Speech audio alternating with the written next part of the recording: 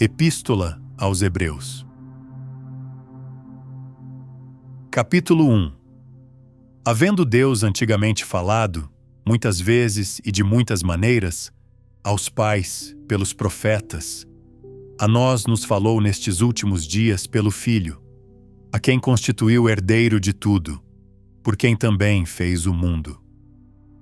O qual, sendo o resplendor da sua glória e a expressa imagem da sua substância, e sustentando todas as coisas pela palavra do seu poder, havendo feito por si mesmo a purificação dos nossos pecados, assentou-se à destra da majestade nas alturas, feito tanto mais excelente do que os anjos, quanto herdou mais excelente nome do que eles.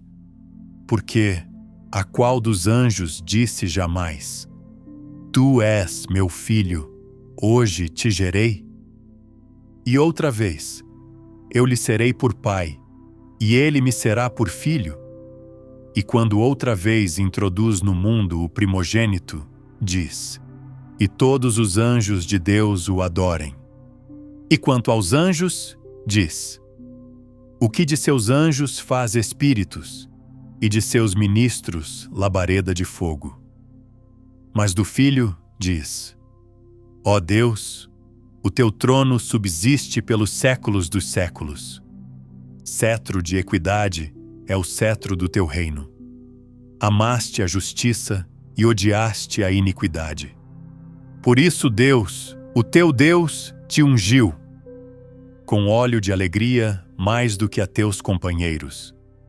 E tu, Senhor, no princípio fundaste a terra, e os céus são obra de tuas mãos. Eles perecerão, mas tu permanecerás. E todos eles, como roupa, envelhecerão, e como um manto os enrolarás, e serão mudados. Mas tu és o mesmo, e os teus anos não acabarão. E a qual dos anjos disse jamais: Assenta-te à minha destra, até que ponha a teus inimigos por escabelo de teus pés? Não são porventura todos eles espíritos ministradores, enviados para servir a favor daqueles que hão de herdar a salvação?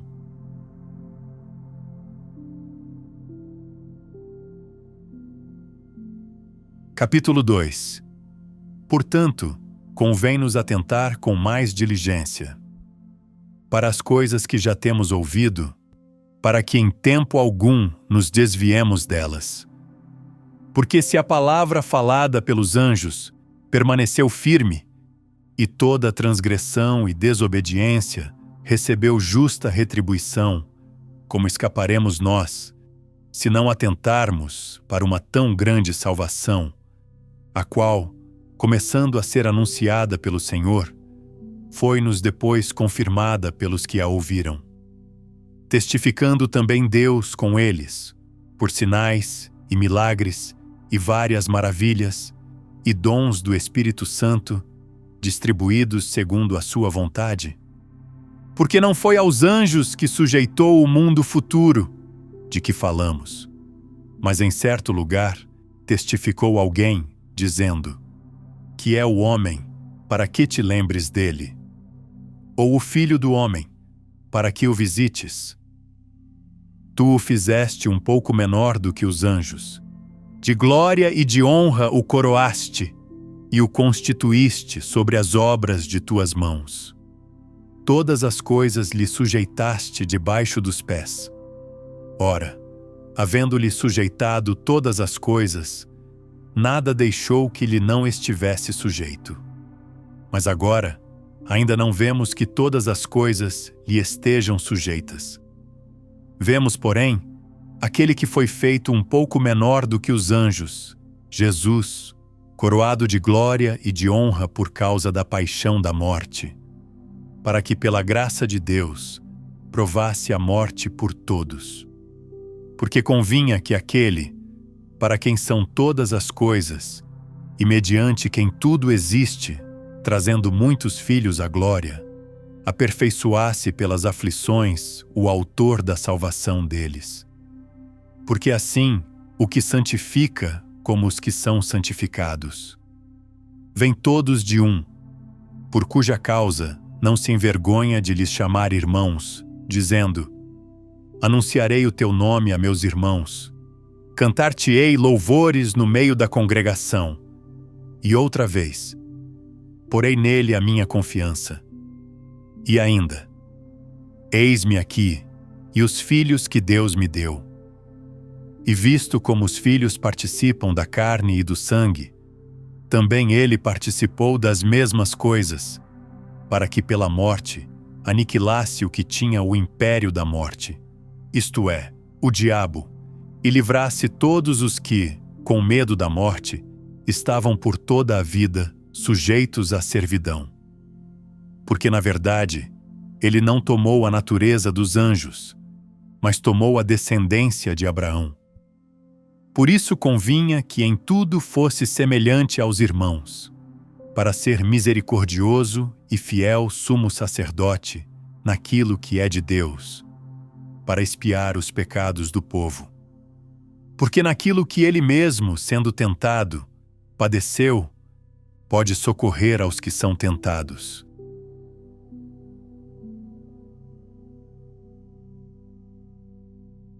Capítulo 3. Pelo que, santos irmãos, participantes da vocação celestial, considerai o apóstolo e sumo sacerdote da nossa confissão, Jesus Cristo, o qual é fiel ao que o constituiu, como também o foi Moisés em toda a sua casa. Porque ele é tido por digno de tanto maior glória do que Moisés, quanto maior honra do que a casa tem aquele que a edificou. Porque toda casa é edificada por alguém, mas o que edificou todas as coisas é Deus. E, na verdade, Moisés foi fiel em toda a sua casa, como servo, para testemunho das coisas que se haviam de anunciar. Mas Cristo, como filho, sobre a sua própria casa, a qual casa somos nós, se tão somente conservarmos firme a confiança e a glória da esperança até o fim. Portanto, como diz o Espírito Santo, hoje, se ouvirdes a sua voz, não endureçais os vossos corações, como na provocação, no dia da tentação no deserto, onde vossos pais me tentaram, me provaram, e viram por 40 anos as minhas obras. Por isso me indignei contra esta geração, e disse: sempre erram em seu coração, e não conheceram os meus caminhos. Assim, jurei na minha ira: não entrarão no meu repouso. Vede, irmãos, que nunca haja em qualquer de vós um coração mau e infiel, para se apartar do Deus vivo. Antes, exortai-vos uns aos outros todos os dias, durante o tempo que se chama hoje, para que nenhum de vós se endureça pelo engano do pecado. Porque nos tornamos participantes de Cristo, se retivermos firmemente o princípio da nossa confiança até o fim, enquanto se diz: hoje, se ouvirdes a sua voz, não endureçais os vossos corações, como na provocação.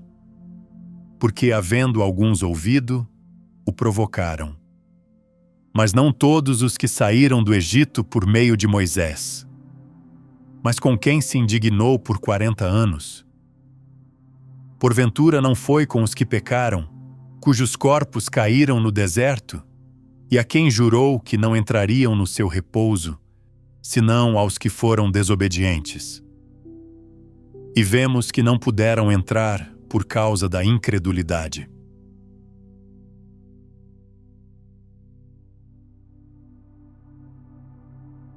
Capítulo 4. Temamos, pois, que porventura, deixada a promessa de entrar no seu repouso, pareça que algum de vós fique para trás. Porque também a nós foram pregadas as boas novas, como a eles. Mas a palavra da pregação nada lhes aproveitou, porquanto não estava misturada com a fé naqueles que a ouviram. porque nós, os que temos crido, entramos no repouso. Como disse: assim jurei na minha ira: não entrarão no meu repouso, ainda que as suas obras estavam acabadas desde a fundação do mundo.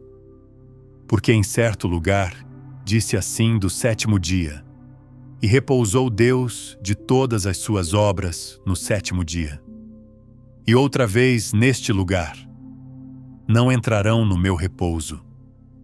Visto, pois, que resta que alguns entrem nele, e que aqueles a quem primeiro foram pregadas as boas novas não entraram por causa da desobediência, determina outra vez um certo dia, dizendo por Davi: hoje, já depois de muito tempo, como está dito, hoje, se ouvirdes a sua voz, não endureçais os vossos corações. Porque se Josué lhes houvesse dado repouso, não falaria depois disso de outro dia. Portanto, resta ainda um repouso para o povo de Deus. Porque aquele que entrou no seu repouso, ele mesmo repousou de suas obras, como Deus das suas. Procuremos, pois, entrar naquele repouso, para que nenhum caia no mesmo exemplo de desobediência. Porque a palavra de Deus é viva e eficaz e mais penetrante do que qualquer espada de 2 gumes, e penetra até a divisão da alma e do espírito, e das juntas e medulas, e é apta para discernir os pensamentos e intenções do coração. E não há criatura alguma encoberta diante dele. Antes, todas as coisas estão nuas e patentes aos olhos daquele com quem temos de tratar.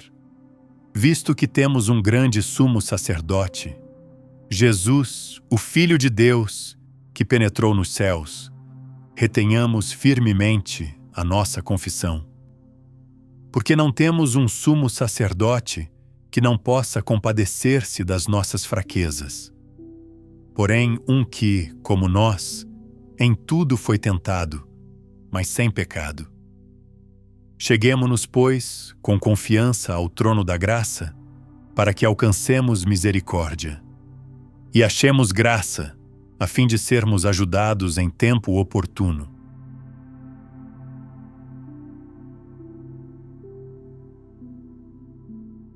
Capítulo 5. Porque todo sumo sacerdote, tomado dentre os homens, é constituído a favor dos homens nas coisas concernentes a Deus, para que ofereça dons e sacrifícios pelos pecados, e possa compadecer-se ternamente dos ignorantes e errados, pois também ele mesmo está rodeado de fraqueza, e por esta causa deve ele, tanto pelo povo como também por si mesmo, fazer ofertas pelos pecados. E ninguém toma para si esta honra, senão o que é chamado por Deus, como Arão. Assim também Cristo não se glorificou a si mesmo, para se fazer sumo sacerdote, mas aquele que lhe disse: Tu és meu filho, hoje te gerei. Como também diz noutro lugar: Tu és sacerdote eternamente, segundo a ordem de Melquisedeque, o qual, nos dias da sua carne, oferecendo com grande clamor e lágrimas, orações e súplicas ao que o podia livrar da morte, foi ouvido quanto ao que temia. Ainda que era filho, aprendeu a obediência, por aquilo que padeceu, e sendo aperfeiçoado, veio a ser autor da eterna salvação. Para todos os que lhe obedecem, chamado por Deus sumo sacerdote, segundo a ordem de Melquisedeque, do qual muito temos que dizer, de difícil interpretação, porquanto vos fizestes negligentes para ouvir. Porque devendo já ser mestres pelo tempo, ainda necessitais de que se vos torne a ensinar. Quais sejam os primeiros rudimentos das palavras de Deus? E vos haveis feito tais que necessitais de leite, e não de sólido mantimento. Porque qualquer que ainda se alimenta de leite, não está experimentado na palavra da justiça, porque é menino. Mas o mantimento sólido é para os perfeitos, os quais, em razão do costume, têm os sentidos exercitados para discernir tanto o bem como o mal.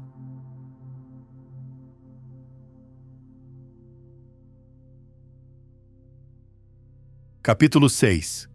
Pelo que, deixando os rudimentos da doutrina de Cristo, prossigamos até a perfeição, não lançando de novo o fundamento do arrependimento de obras mortas, e de fé em Deus, e da doutrina dos batismos, e da imposição de mãos, e da ressurreição dos mortos, e do juízo eterno. E isto faremos, se Deus o permitir. Porque é impossível que os que já uma vez foram iluminados, e provaram o dom celestial, e se fizeram participantes do Espírito Santo, e provaram a boa palavra de Deus, e as virtudes do século futuro, e recaíram, sejam outra vez renovados para arrependimento, visto que de novo crucificam para si mesmos o Filho de Deus, e o expõem ao vitupério. Porque a terra que embebe a chuva, que muitas vezes cai sobre ela, e produz erva proveitosa para aqueles por quem é lavrada, recebe a bênção de Deus. Mas a que produz espinhos e abrolhos é reprovada, e perto está da maldição. O seu fim é ser queimada. Mas de vós, ó amados, esperamos coisas melhores, e coisas que acompanham a salvação, ainda que assim falamos. Porque Deus não é injusto para se esquecer da vossa obra, e do trabalho de amor que para com o seu nome mostrastes, servindo aos santos e servindo ainda. Mas desejamos que cada um de vós mostre o mesmo cuidado, até ao fim, para a completa certeza da esperança, para que não vos façais negligentes, mas sejais imitadores dos que, pela fé e paciência, herdam as promessas. Porque quando Deus fez a promessa a Abraão, como não tinha outro maior por quem jurar, jurou por si mesmo, dizendo: certamente, abençoando te abençoarei, e multiplicando te multiplicarei. E assim, esperando com paciência, alcançou a promessa. Porque os homens juram por alguém maior do que eles, e o juramento para confirmação é, para eles, o fim de toda a contenda. Pelo que, querendo Deus mostrar mais abundantemente a imutabilidade do seu conselho aos herdeiros da promessa, se interpôs com juramento, para que por duas coisas imutáveis, nas quais é impossível que Deus minta, tenhamos a firme consolação, nós, os que pomos o nosso refúgio em reter a esperança proposta, a qual temos como âncora da alma segura e firme, e que penetra até ao interior do véu, onde Jesus, nosso precursor, entrou por nós, feito eternamente sumo sacerdote, segundo a ordem de Melquisedeque.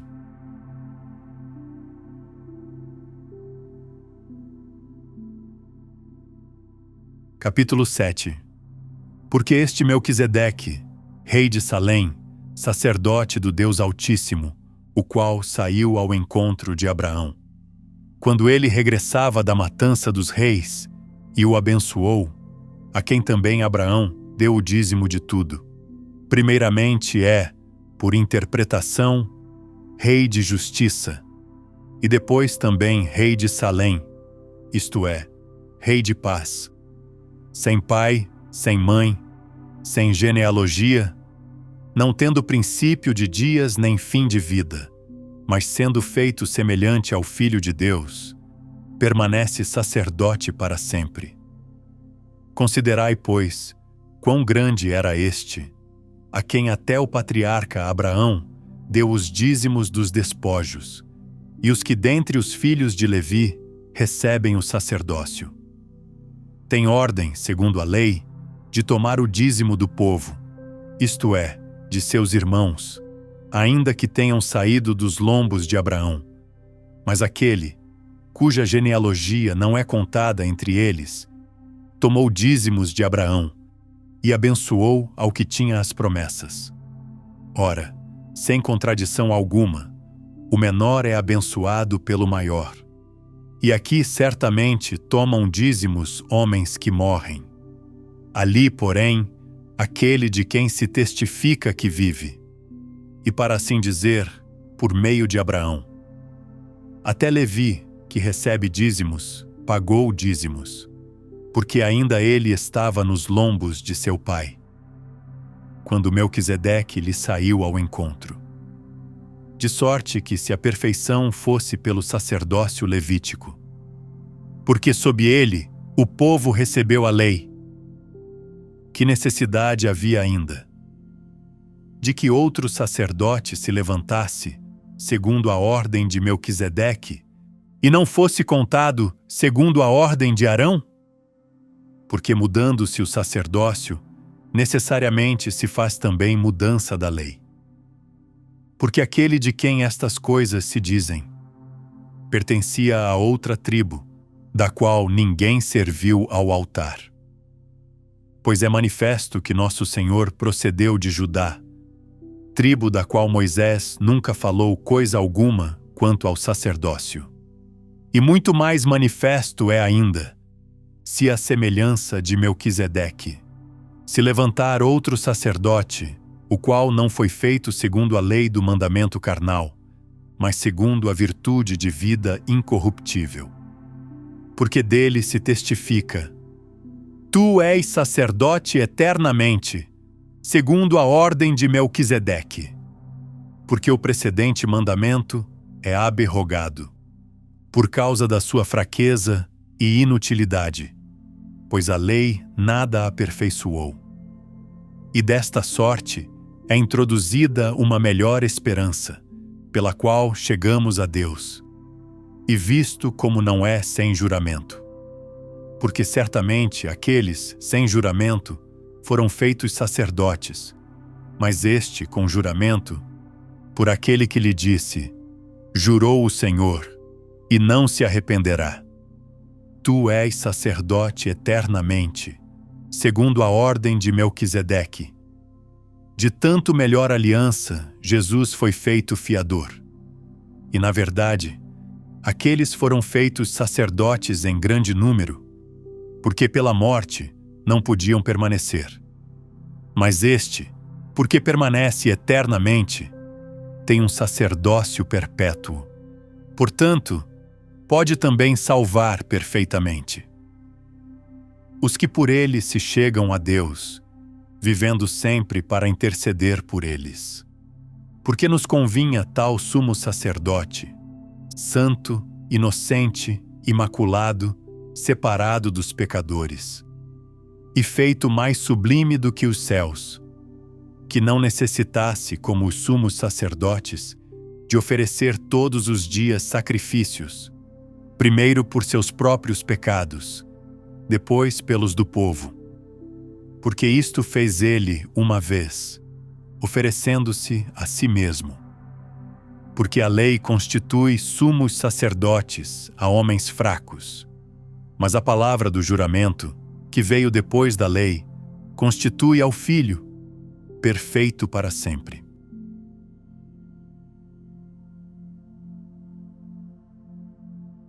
Capítulo 8. Ora, a suma do que temos dito é que temos um tal sumo sacerdote, que está assentado à destra do trono da majestade nos céus, ministro do santuário e do verdadeiro tabernáculo, o qual o Senhor fundou, e não o homem. Porque todo sumo sacerdote é constituído para oferecer dons e sacrifícios, pelo que era necessário que também este tivesse alguma coisa que oferecer. Porque se estivesse sobre a terra, nem tampouco sacerdote seria, havendo ainda sacerdotes que oferecem dons segundo a lei, os quais servem de exemplar e sombra das coisas celestiais, como Moisés divinamente foi avisado: estando já para construir o tabernáculo. Porque lhe foi dito: Vê, faze tudo conforme o modelo que no monte se te mostrou. Mas agora alcançou ele ministério tanto mais excelente, quanto é mediador de um melhor concerto, que está confirmado em melhores promessas. Porque, se aquele primeiro fora irrepreensível, nunca se teria buscado lugar para o segundo. Porque, repreendendo-os, lhes diz: Eis que dias virão, diz o Senhor, em que com a casa de Israel e com a casa de Judá estabelecerei um novo concerto, não segundo o concerto que fiz com seus pais, no dia em que os tomei pela mão, para os tirar da terra do Egito, porque eles não permaneceram naquele meu concerto, e eu para eles não atentei, diz o Senhor. Porque este é o concerto que, depois daqueles dias, farei com a casa de Israel, diz o Senhor. Porei as minhas leis no seu entendimento, e em seu coração as escreverei. E eu lhes serei por Deus, e eles me serão por povo, e não ensinará cada um ao seu próximo, nem cada um ao seu irmão, dizendo: Conhece ao Senhor, porque todos me conhecerão, desde o menor deles até ao maior. Porque serei misericordioso para com as suas iniquidades, e de seus pecados e de suas prevaricações. Não me lembrarei mais, dizendo: Novo concerto, envelheceu o primeiro. Ora, o que foi tornado velho, e se envelhece, perto está de acabar.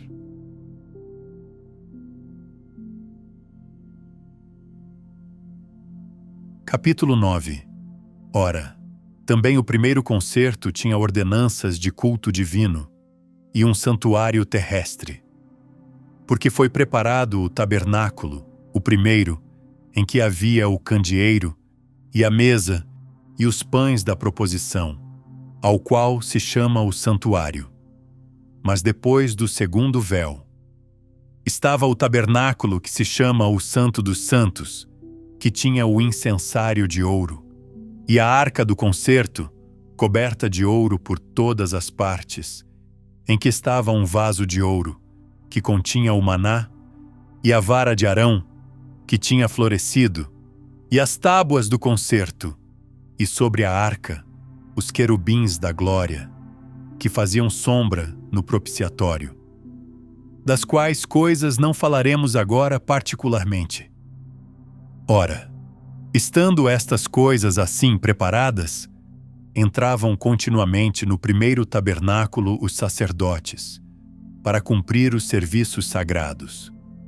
Mas no segundo, só o sumo sacerdote, uma vez no ano, não sem sangue, que oferecia por si mesmo e pelas culpas do povo, dando nisto a entender o Espírito Santo, que ainda o caminho do santuário não estava descoberto, enquanto se conservava em pé o primeiro tabernáculo, o qual é uma alegoria para o tempo presente, em que se oferecem dons e sacrifícios, que quanto à consciência não podem aperfeiçoar.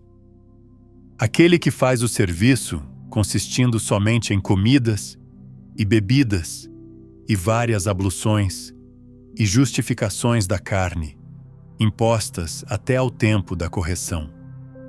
Mas, vindo Cristo, o sumo sacerdote dos bens futuros, por um maior e mais perfeito tabernáculo, não feito por mãos, isto é, não desta criação, nem por sangue de bodes e bezerros, mas por seu próprio sangue, entrou uma vez no santuário, havendo efetuado uma eterna redenção. Porque se o sangue dos touros e bodes, e a cinza de uma novilha esparzida sobre os imundos, o santifica quanto à purificação da carne, quanto mais o sangue de Cristo, que pelo Espírito Eterno se ofereceu a si mesmo imaculado a Deus, purificará as vossas consciências das obras mortas, para servirdes ao Deus vivo. e por isso é mediador de um novo testamento, para que, intervindo a morte, para a remissão das transgressões que havia debaixo do primeiro testamento, os chamados recebam a promessa da herança eterna. Porque, onde há testamento, necessário é que intervenha a morte do testador. Porque um testamento tem força onde houve morte?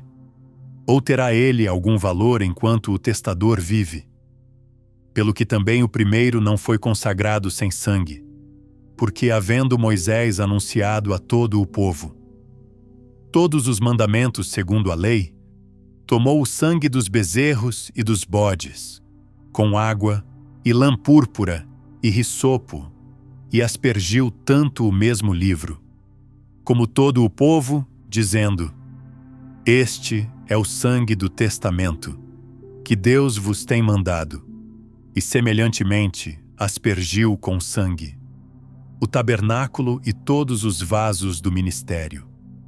E quase todas as coisas, segundo a lei, se purificam com sangue, e sem derramamento de sangue não há remissão.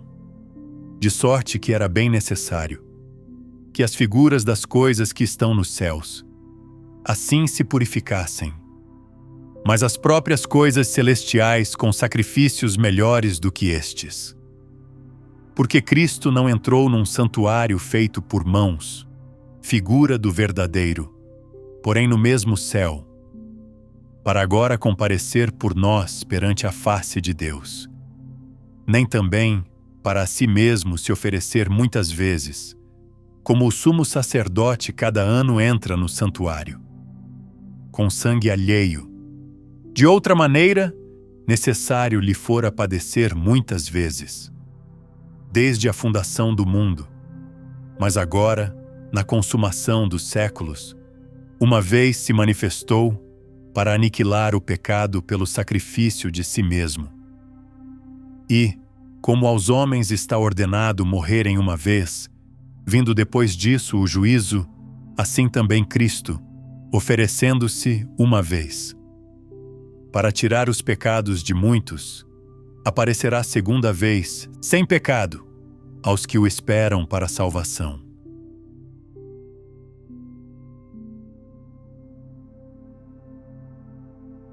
Capítulo 10.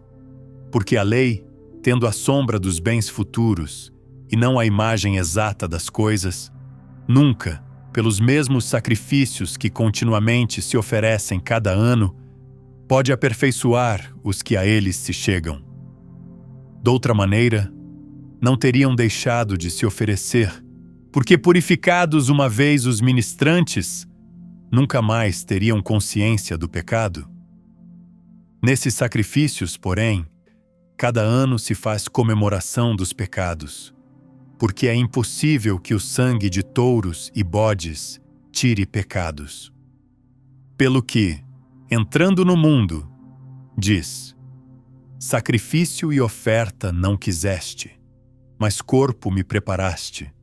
Holocaustos e oblações pelo pecado não te agradaram.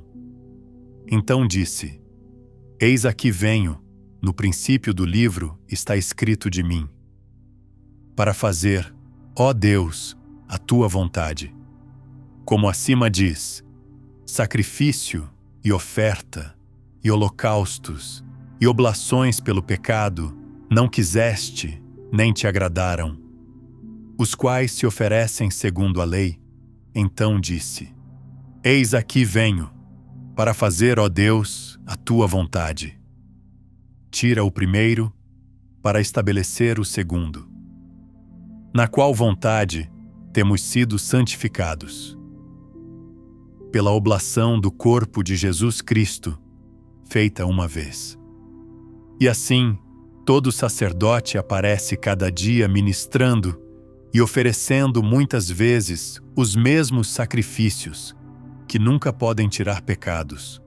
Mas este, havendo oferecido um único sacrifício pelos pecados, está assentado para sempre à destra de Deus, daqui em diante, esperando, até que os seus inimigos sejam postos por escabelo de seus pés. porque com uma só oblação aperfeiçoou para sempre os que são santificados. E também o Espírito Santo nolo testifica, porque depois de haver dito: este é o concerto que farei com eles.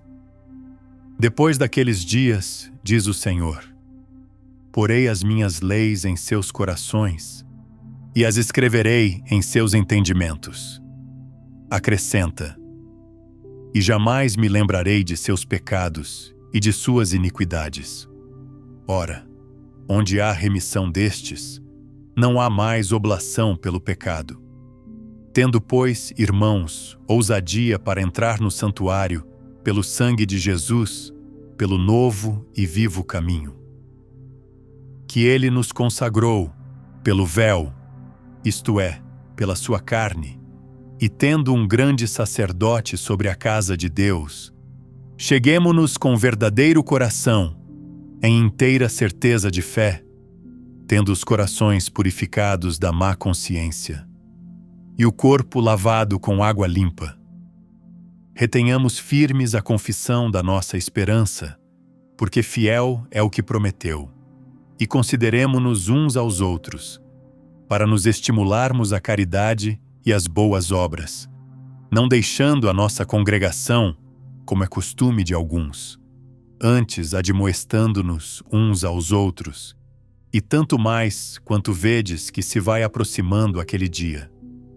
Porque se pecarmos voluntariamente, depois de termos recebido o conhecimento da verdade, já não resta mais sacrifício pelos pecados, mas uma certa expectação horrível de juízo e ardor de fogo que há de devorar os adversários. Quebrantando alguém a lei de Moisés, morre sem misericórdia, só pela palavra de 2 ou 3 testemunhas. De quanto maior castigo cuidais, vós será julgado merecedor. Aquele que pisar o Filho de Deus e tiver por profano o sangue do testamento com que foi santificado, e fizer agravo ao Espírito da graça, porque bem conhecemos aquele que disse: minha é a vingança, eu recompensarei, diz o Senhor. E outra vez, o Senhor julgará o seu povo. Horrenda coisa é cair nas mãos do Deus vivo. Lembrai-vos, porém, dos dias passados, em que depois de serdes iluminados, suportastes grande combate de aflições. Em parte fostes feitos espetáculo com vitupérios e tribulações, e em parte fostes participantes com os que assim foram tratados. Porque também vos compadecestes das minhas prisões, e com gozo permitistes a expoliação dos vossos bens, sabendo que tendes em vós mesmos uma possessão melhor e permanente nos céus.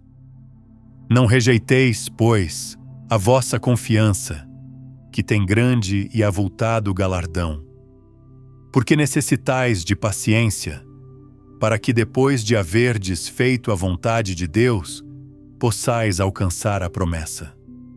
Porque ainda um poucochinho de tempo, e o que há de vir virá, e não tardará. Mas o justo viverá da fé, e se ele recuar, a minha alma não tem prazer nele.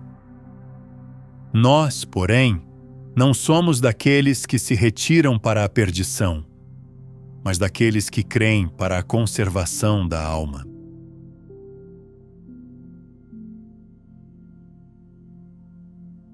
Capítulo 11. Ora, a fé é o firme fundamento das coisas que se esperam, e a prova das coisas que se não veem. Porque por ela os antigos alcançaram testemunho.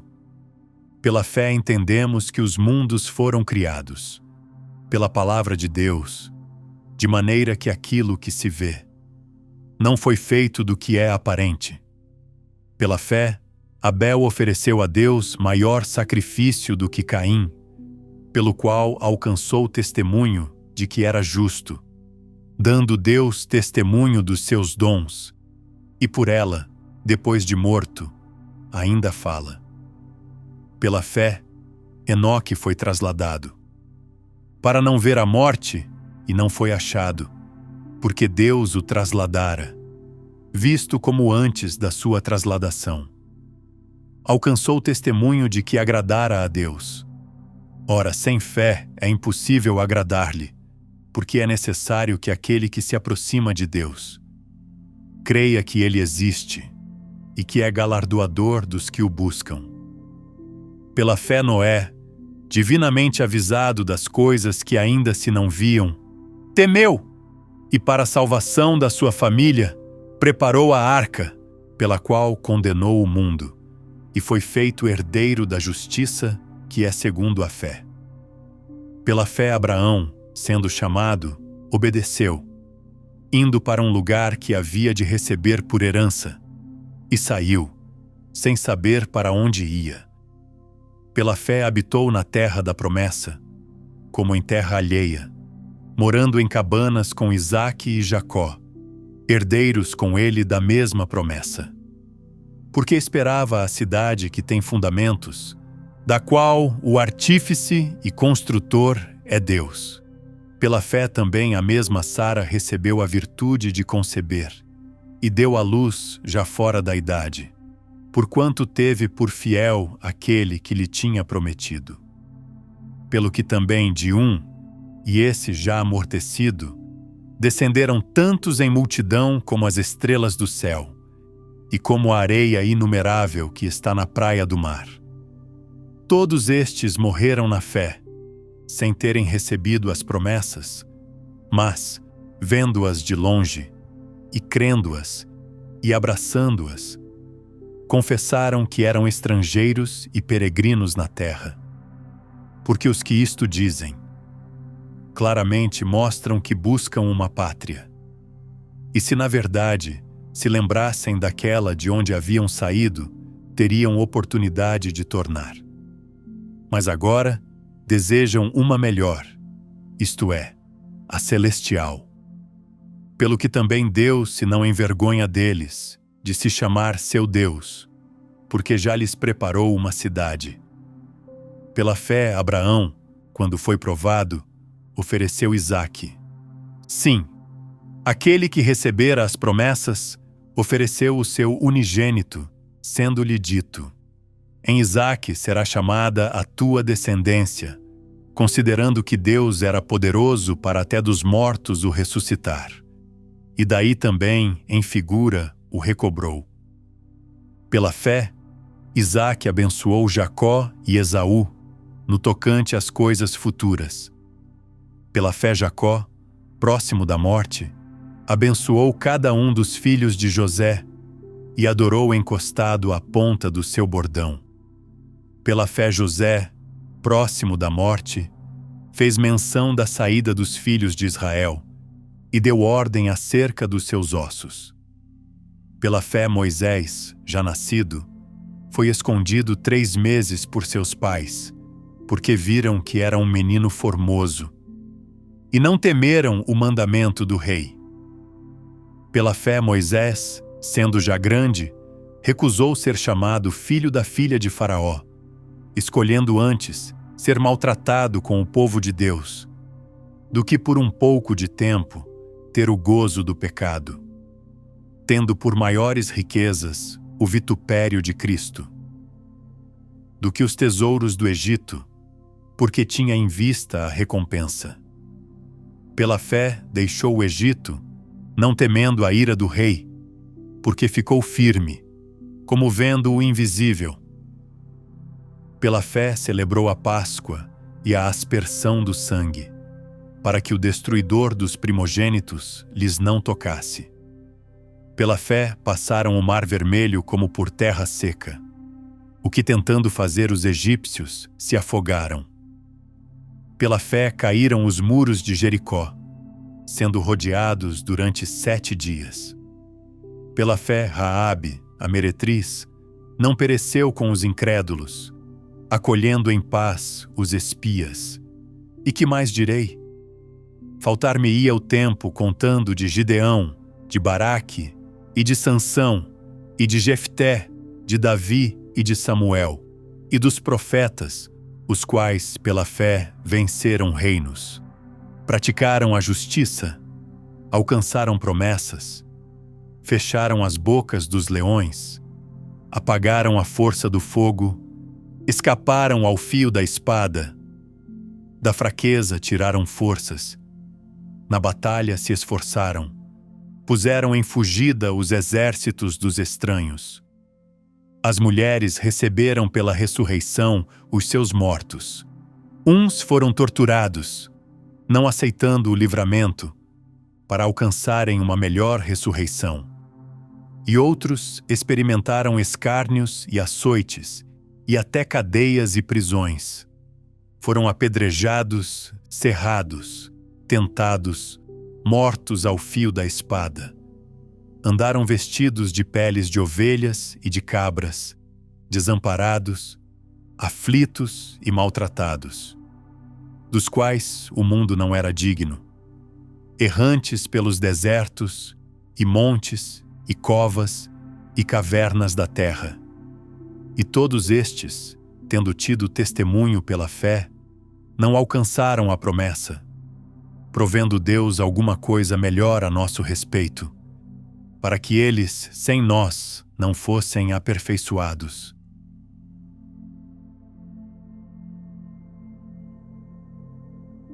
Capítulo 12.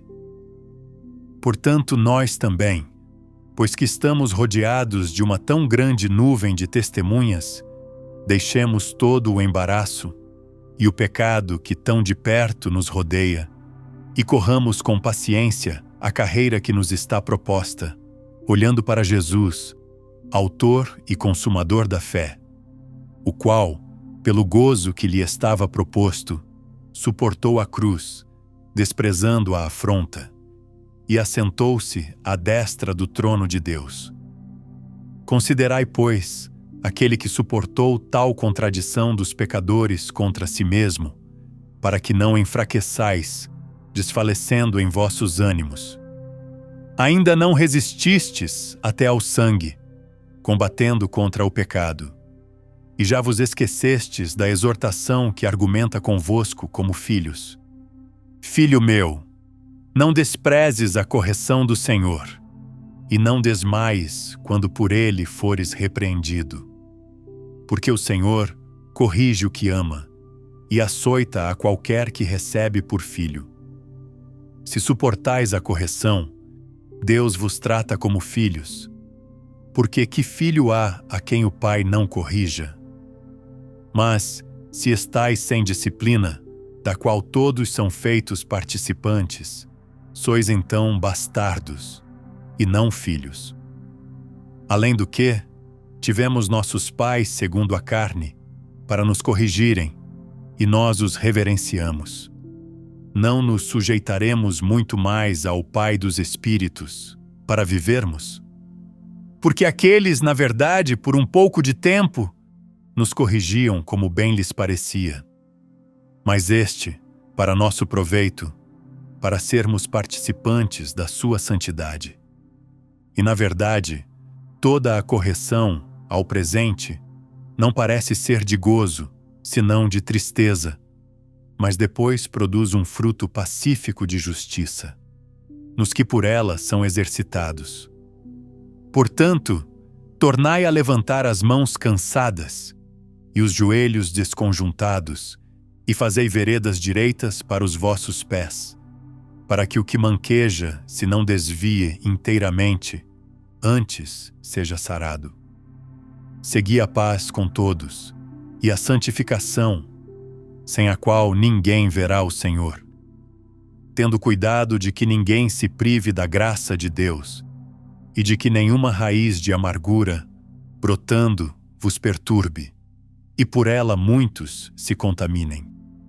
E ninguém seja fornicador ou profano, como Esaú, que por uma refeição vendeu o seu direito de primogenitura.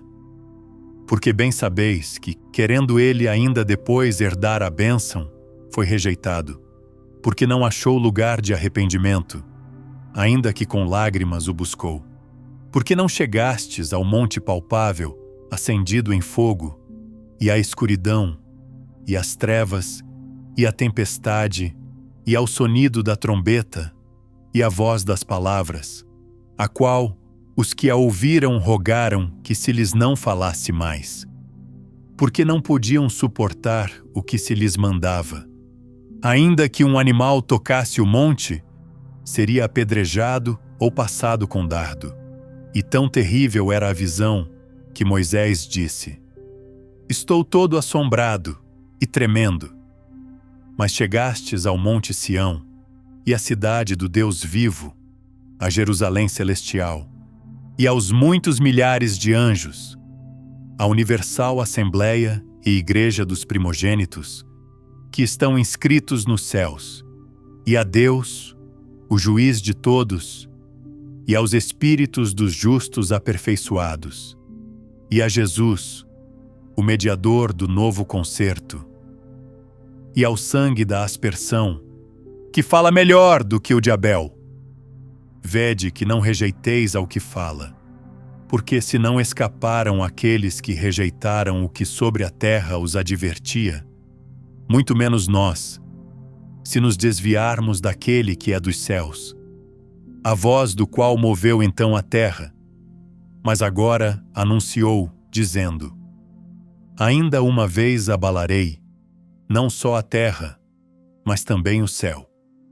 Ora, esta palavra, ainda uma vez, mostra a mudança das coisas abaláveis, como coisas feitas para que as imóveis permaneçam.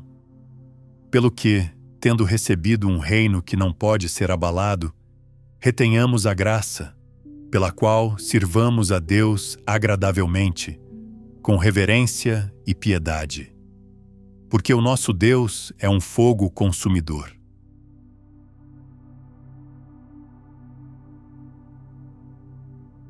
Capítulo 13. Permaneça o amor fraternal. Não vos esqueçais da hospitalidade, porque por ela alguns, não o sabendo, hospedaram anjos. Lembrai-vos dos presos, como se estivesseis presos com eles, e dos maltratados, como sendo vós mesmos também no corpo. Venerado seja entre todos o matrimônio, e o leito sem mácula.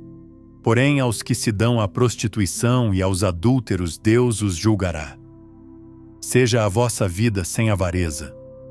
Contentai-vos com o que tendes, porque ele disse: Não te deixarei, nem te desampararei. E assim, com confiança, digamos: O Senhor é o meu ajudador, e não temerei o que me possa fazer o homem. Lembrai-vos dos vossos guias, os quais vos falaram a palavra de Deus. Considerai atentamente o fim da sua conversação, e imitai a fé que tiveram. Jesus Cristo é o mesmo ontem, e hoje, e eternamente. Não vos deixeis levar em redor por doutrinas várias e estranhas, porque bom é que o coração se fortifique com graça, e não com manjares, que não aproveitaram aos que a eles se entregaram. Temos um altar, de que não tem direito de comer os que servem ao tabernáculo, porque os corpos dos animais, cujo sangue é pelo pecado levado pelo sumo sacerdote para o santuário, são queimados fora do arraial. E por isso também Jesus, para santificar o povo pelo seu próprio sangue, padeceu fora da porta. Saiamos, pois, a ele fora do arraial, levando o seu vitupério. Porque não temos aqui cidade permanente, mas buscamos a futura. Portanto, ofereçamos sempre por ele a Deus sacrifício de louvor, isto é, o fruto dos lábios que confessam o seu nome. E não vos esqueçais da beneficência e comunicação, porque com tais sacrifícios Deus se agrada. Obedecei a vossos guias e sede submissos, porque velam por vossas almas, como aqueles que hão de dar conta delas, para que o façam com alegria e não gemendo, porque isso não vos seria útil. Orai por nós, porque confiamos que temos boa consciência, como aqueles que em tudo querem portar-se honestamente. E muito mais vos rogo que o façais assim, para que eu mais depressa vos seja restituído. Ora, o Deus de paz, que pelo sangue do concerto eterno tornou a trazer dos mortos a nosso Senhor Jesus Cristo, grande pastor das ovelhas, vos aperfeiçoe em toda boa obra, para fazerdes a sua vontade, operando em vós o que perante Ele é agradável, por Jesus Cristo, ao qual seja glória para todo o sempre. Amém. E rogo-vos, irmãos, que suporteis a palavra desta exortação, porque abreviadamente vos escrevi. Sabei que já o irmão Timóteo está solto, com o qual, se vier depressa, vos verei. Saudai a todos os vossos guias e a todos os santos. Os da Itália vos saúdam. A graça seja com todos vós. Amém.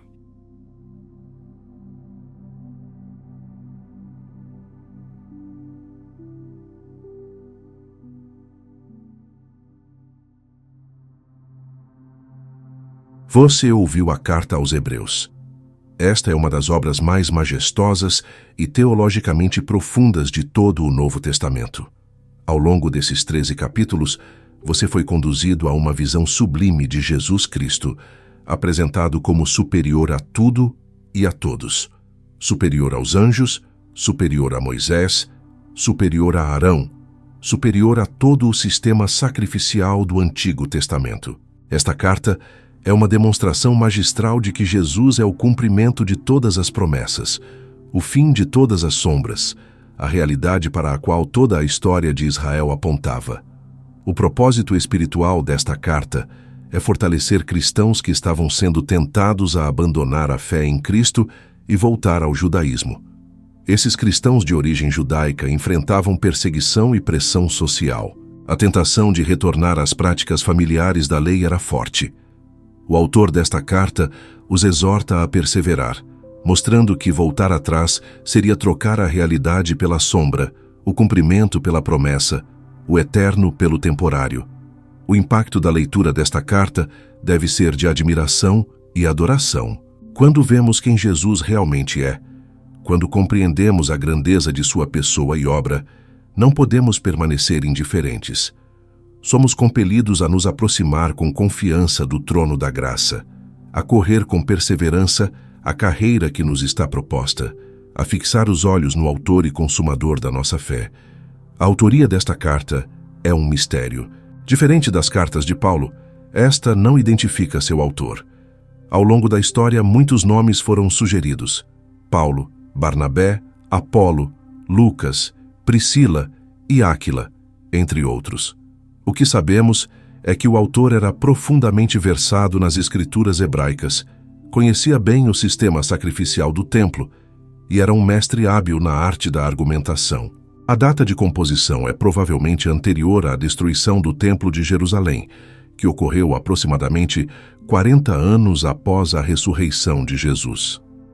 O autor fala do sistema sacrificial como ainda em funcionamento, o que sugere que o templo ainda estava de pé.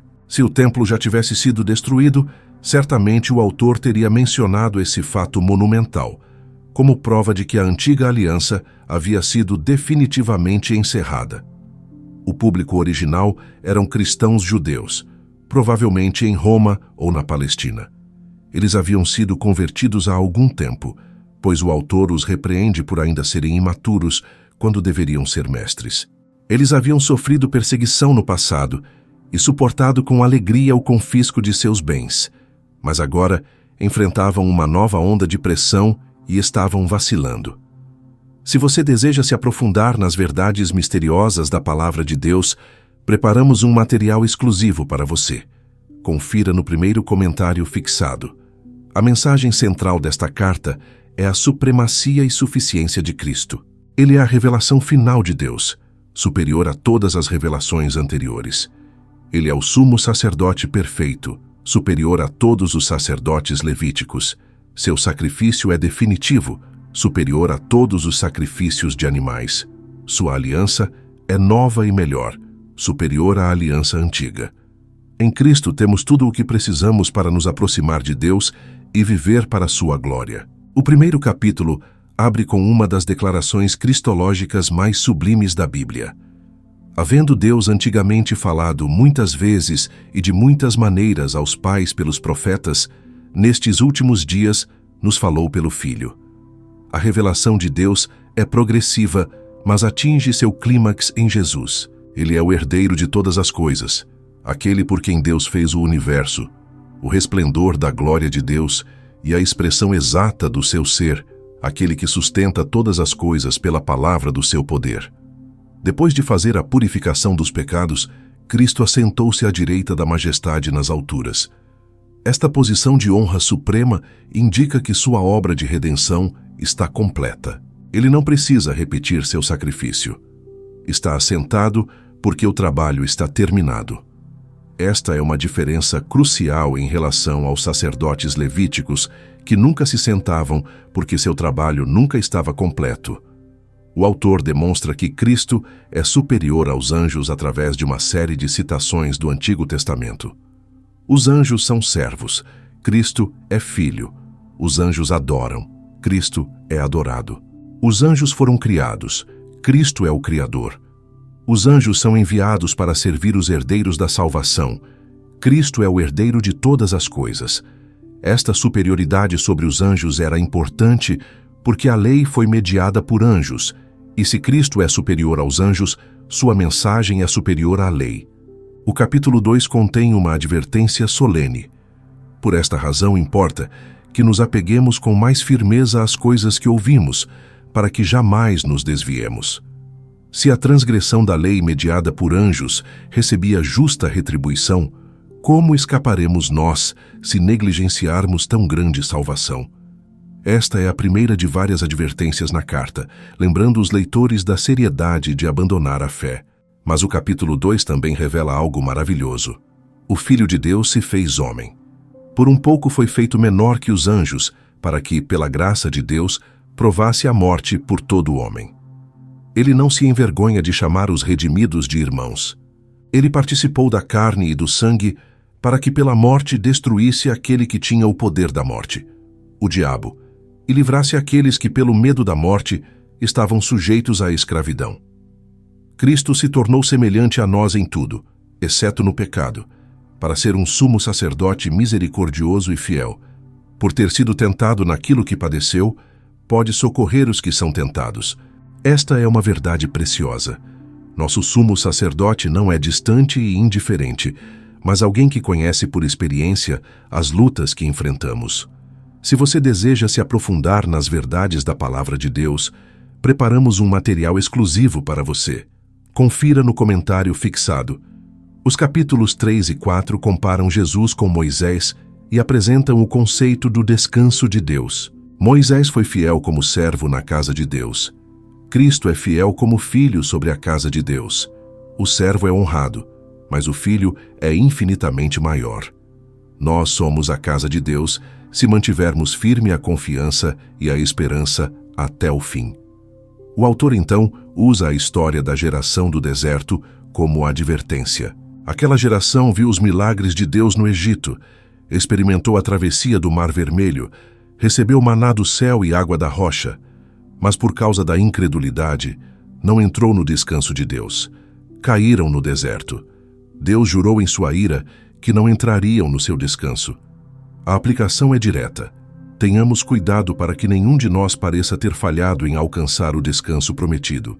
A palavra pregada de nada aproveitou àquela geração porque não foi acompanhada de fé. A mensagem é clara. Não basta ouvir a palavra, é preciso crer e obedecer. O descanso de Deus mencionado aqui não é apenas o descanso do sábado ou a entrada em Canaã. É um descanso mais profundo que permanece para o povo de Deus. É o descanso da salvação, onde cessamos de nossos próprios esforços para sermos aceitos por Deus e descansamos na obra completa de Cristo. Esforcemo-nos, pois, por entrar naquele descanso para que ninguém caia segundo o mesmo exemplo de desobediência. O capítulo 4 termina com uma das passagens mais conhecidas da carta. Porque a palavra de Deus é viva e eficaz, e mais cortante do que qualquer espada de 2 gumes, e penetra até ao ponto de dividir alma e espírito, juntas e medulas, e é apta para discernir os pensamentos e intenções do coração. A Escritura não é letra morta, é instrumento vivo que Deus usa para nos examinar, corrigir e transformar. E nenhuma criatura está oculta diante dele. Pelo contrário, todas as coisas estão descobertas e patentes aos olhos daquele a quem temos de prestar contas. Nada está escondido de Deus. Ele conhece nossos pensamentos mais secretos, nossas motivações mais profundas. Diante dele estamos completamente expostos. Mas então vem o convite maravilhoso. Tendo, pois, um grande sumo sacerdote que penetrou os céus, Jesus, o Filho de Deus, conservemos firmes a nossa confissão. Porque não temos um sumo sacerdote que não possa compadecer-se das nossas fraquezas, mas um que, como nós, em tudo foi tentado, mas sem pecado. Assim, acheguemo-nos, portanto, confiadamente ao trono da graça, a fim de recebermos misericórdia e acharmos graça para socorro em ocasião oportuna. Se você deseja crescer espiritualmente e fortalecer sua fé, preparamos um material exclusivo para você. Confira no primeiro comentário fixado. Os capítulos 5 a 7 desenvolvem o tema do sacerdócio de Cristo. Todo sumo sacerdote é escolhido dentre os homens para oferecer dons e sacrifícios pelos pecados. Ele pode ser compassivo com os ignorantes e desgarrados porque ele mesmo está sujeito à fraqueza. Cristo, embora fosse filho, aprendeu a obediência pelas coisas que sofreu e, tendo sido aperfeiçoado, tornou-se a fonte de salvação eterna para todos os que lhe obedecem. O autor introduz o conceito revolucionário do sacerdócio segundo a ordem de Melquisedeque. Este personagem misterioso aparece brevemente em Gênesis, quando abençoa Abraão após a vitória sobre os reis. Ele é rei de Salém e sacerdote do Deus Altíssimo. Abraão lhe deu o dízimo de tudo. O salmista profetizou que o Messias seria sacerdote para sempre, segundo a ordem de Melquisedeque. Por que isso é importante? Porque os sacerdotes levíticos eram da tribo de Levi, mas Jesus era da tribo de Judá. Se o sacerdócio dependesse da descendência de Arão, Jesus não poderia ser sacerdote. Mas o sacerdócio de Melquisedeque é de outra ordem, não baseado em genealogia, mas em poder de vida indissolúvel. Cristo é sacerdote para sempre, porque vive para sempre. O capítulo 7 demonstra a superioridade do sacerdócio de Melquisedeque sobre o Levítico. Melquisedeque abençoou Abraão, e o menor é abençoado pelo maior. Abraão pagou dízimo a Melquisedeque, reconhecendo sua superioridade. Levi, que ainda estava nos lombos de Abraão, também pagou dízimo em Abraão. Portanto, o sacerdócio de Melquisedeque é superior ao Levítico. Se a perfeição pudesse ser alcançada pelo sacerdócio levítico, por que seria necessário outro sacerdote segundo a ordem de Melquisedeque? A mudança de sacerdócio implica necessariamente mudança de lei. O mandamento anterior foi revogado por causa de sua fraqueza e inutilidade, pois a lei nada aperfeiçoou, mas introduziu-se uma melhor esperança, pela qual nos aproximamos de Deus. Jesus tornou-se fiador de uma aliança superior. Os sacerdotes levíticos eram muitos, porque a morte os impedia de continuar.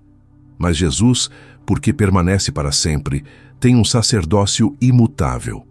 Por isso, também pode salvar totalmente os que por ele se chegam a Deus, vivendo sempre para interceder por eles. Este sumo sacerdote nos convinha, santo, inocente e imaculado, separado dos pecadores e feito mais alto que os céus. Quer crescer espiritualmente e conhecer mais sobre a palavra de Deus? Preparamos um material exclusivo para você. Acesse no primeiro comentário fixado. Os capítulos 8 a 10 apresentam a nova aliança e o sacrifício definitivo de Cristo. O ponto principal é que temos um sumo sacerdote que se assentou à direita do trono da majestade nos céus. Ele é ministro do santuário e do verdadeiro tabernáculo que o Senhor erigiu, não o homem. O tabernáculo terrestre era apenas cópia e sombra do celestial. A primeira aliança tinha ordenanças de culto e um santuário terrestre. O tabernáculo era dividido em duas partes, o lugar santo e o lugar santíssimo. No lugar santo havia o candelabro, a mesa e os pães da proposição. No lugar santíssimo havia o altar de incenso de ouro e a arca da aliança, contendo o vaso de ouro com o maná, a vara de Arão que floresceu e as tábuas da aliança. Os sacerdotes entravam continuamente no lugar santo para realizar os serviços sagrados. Mas no lugar santíssimo, só o sumo sacerdote entrava uma vez por ano, no dia da expiação, levando sangue que oferecia por si mesmo e pelos pecados do povo. O Espírito Santo estava mostrando com isso que o caminho para o lugar santíssimo ainda não estava aberto enquanto o primeiro tabernáculo permanecia. Tudo isso era figura para o tempo presente. Os sacrifícios oferecidos não podiam aperfeiçoar a consciência do adorador. Eram apenas regulamentos externos impostos até o tempo da reforma. Mas Cristo veio como sumo sacerdote dos bens já realizados. Ele entrou no tabernáculo maior e mais perfeito, não feito por mãos humanas, não pelo sangue de bodes e bezerros, mas pelo seu próprio sangue. Entrou uma vez por todas no Santo dos Santos, tendo obtido eterna redenção. Se o sangue de bodes e touros e a cinza de uma novilha, aspergidos sobre os impuros, santificam para a purificação da carne, quanto mais o sangue de Cristo, que pelo Espírito Eterno a si mesmo se ofereceu sem mácula a Deus, purificará a nossa consciência de obras mortas para servirmos ao Deus vivo. A superioridade do sacrifício de Cristo é evidente. Não apenas purificação exterior, mas purificação da consciência, não repetição constante, mas eficácia eterna. Por isso mesmo, ele é o mediador de uma nova aliança. Esta nova aliança foi profetizada por Jeremias. Dias virão em que estabelecerei nova aliança com a casa de Israel. Não como a aliança que fiz com seus pais, quando os tomei pela mão para tirá-los do Egito. Porque eles não permaneceram na minha aliança, e eu os abandonei. Esta é a aliança que farei. Porei as minhas leis na mente deles, e as escreverei em seus corações. Serei o Deus deles, e eles serão meu povo. Se você quer transformar sua vida através da palavra de Deus, temos um material exclusivo esperando por você. Confira no comentário fixado. Quando Deus fala de nova aliança, torna antiquada a primeira. E o que se torna antiquado e envelhecido está prestes a desaparecer. A antiga aliança não era defeituosa em si mesma, mas era provisória. Apontava para algo maior que viria. Quando Cristo veio, a sombra deu lugar à realidade. O capítulo 10 resume o argumento. A lei tem sombra dos bens vindouros, não a imagem real das coisas. Por isso, os sacrifícios repetidos ano após ano não podem aperfeiçoar os que se aproximam. Se pudessem, teriam cessado de ser oferecidos. Os adoradores, uma vez purificados, não teriam mais consciência de pecados. Mas nesses sacrifícios faz-se lembrança de pecados todos os anos, porque é impossível que o sangue de touros e bodes remova pecados. Por isso, ao entrar no mundo, Cristo disse: sacrifício e oferta não quiseste, mas um corpo me preparaste. Não te agradaste de holocaustos e ofertas pelo pecado. Então eu disse: eis aqui estou para fazer, ó Deus, a tua vontade. Nessa vontade é que temos sido santificados pela oferta do corpo de Jesus Cristo, feita uma vez para sempre. Todo sacerdote se apresenta dia após dia, ministrando e oferecendo muitas vezes os mesmos sacrifícios que nunca podem remover pecados. Mas Cristo, havendo oferecido um único sacrifício pelos pecados, assentou-se para sempre à direita de Deus, aguardando daí em diante que seus inimigos sejam postos como estrado de seus pés. Porque com uma única oferta aperfeiçoou para sempre os que estão sendo santificados. Tendo, pois, irmãos, intrepidez para entrar no Santo dos Santos, pelo sangue de Jesus, pelo novo e vivo caminho que ele nos consagrou pelo véu, isto é, pela sua carne, e tendo grande sacerdote sobre a casa de Deus, aproximemo-nos com sincero coração, em plena certeza de fé, tendo os corações purificados de má consciência e o corpo lavado com água pura. Guardemos firme a confissão da esperança, sem vacilar, pois quem fez a promessa é fiel. consideremo-nos uns aos outros para nos estimularmos ao amor e às boas obras. Não deixemos de congregar-nos, como é costume de alguns, mas encorajemo-nos uns aos outros, e tanto mais quanto vedes que o dia se aproxima. O capítulo 11 é a famosa galeria dos heróis da fé. Ora, a fé é a certeza de coisas que se esperam, a convicção de fatos que se não veem. O autor percorre a história de Israel, destacando homens e mulheres que viveram pela fé: Abel, Enoque, Noé, Abraão, Sara, Isaque, Jacó, José, Moisés, Raabe, Gideão, Baraque, Sansão, Jefté, Davi, Samuel e os profetas. Para você que busca uma caminhada mais profunda com Deus, preparamos um material especial. Acesse no primeiro comentário fixado. Pela fé eles conquistaram reinos, praticaram a justiça, obtiveram promessas, fecharam bocas de leões, apagaram a força do fogo, escaparam do fio da espada, da fraqueza tiraram força, tornaram-se poderosos na guerra, puseram em fuga exércitos estrangeiros. Mulheres receberam de volta seus mortos pela ressurreição. Outros, porém, foram torturados, não aceitando o livramento, para obter ressurreição superior. Outros experimentaram escárnios e açoites, cadeias e prisões. Foram apedrejados, cerrados pelo meio, tentados, mortos a fio de espada. Andaram peregrinos, vestidos de peles de ovelhas e cabras, necessitados, afligidos, maltratados. Homens dos quais o mundo não era digno. Errantes pelos desertos, montes, covas e cavernas da terra. Todos eles, tendo obtido bom testemunho pela fé, não obtiveram a promessa. Deus proveu algo melhor a nosso respeito, para que eles, sem nós, não fossem aperfeiçoados. Esta é uma declaração extraordinária. Os heróis do Antigo Testamento esperavam algo que só se cumpriria em Cristo. Eles olhavam para a frente, pela fé, para aquele que viria. Nós olhamos para trás pela fé, para aquele que já veio. O capítulo 12 aplica o exemplo dos heróis da fé. Portanto, também nós, visto que temos a rodear-nos tão grande nuvem de testemunhas, desembaraçando-nos de todo o peso e do pecado que tenazmente nos assedia, corramos com perseverança a carreira que nos está proposta. Esta imagem atlética evoca as corridas nos jogos gregos. Estamos em uma maratona, não em uma corrida de velocidade. A perseverança é essencial. Olhando firmemente para o autor e consumador da fé, Jesus, o qual, pelo gozo que lhe foi proposto, suportou a cruz, desprezando a vergonha, e está assentado à direita do trono de Deus. Esta é a chave para perseverar, manter os olhos em Jesus. Ele é o autor da nossa fé, aquele que a iniciou. Ele é o consumador, aquele que a completará. Ele é nosso exemplo supremo de perseverança através do sofrimento. Considerai atentamente aquele que suportou tal hostilidade dos pecadores contra si mesmo, para que não vos fatigueis, desfalecendo em vossas almas. Vocês ainda não resistiram até ao sangue, combatendo contra o pecado.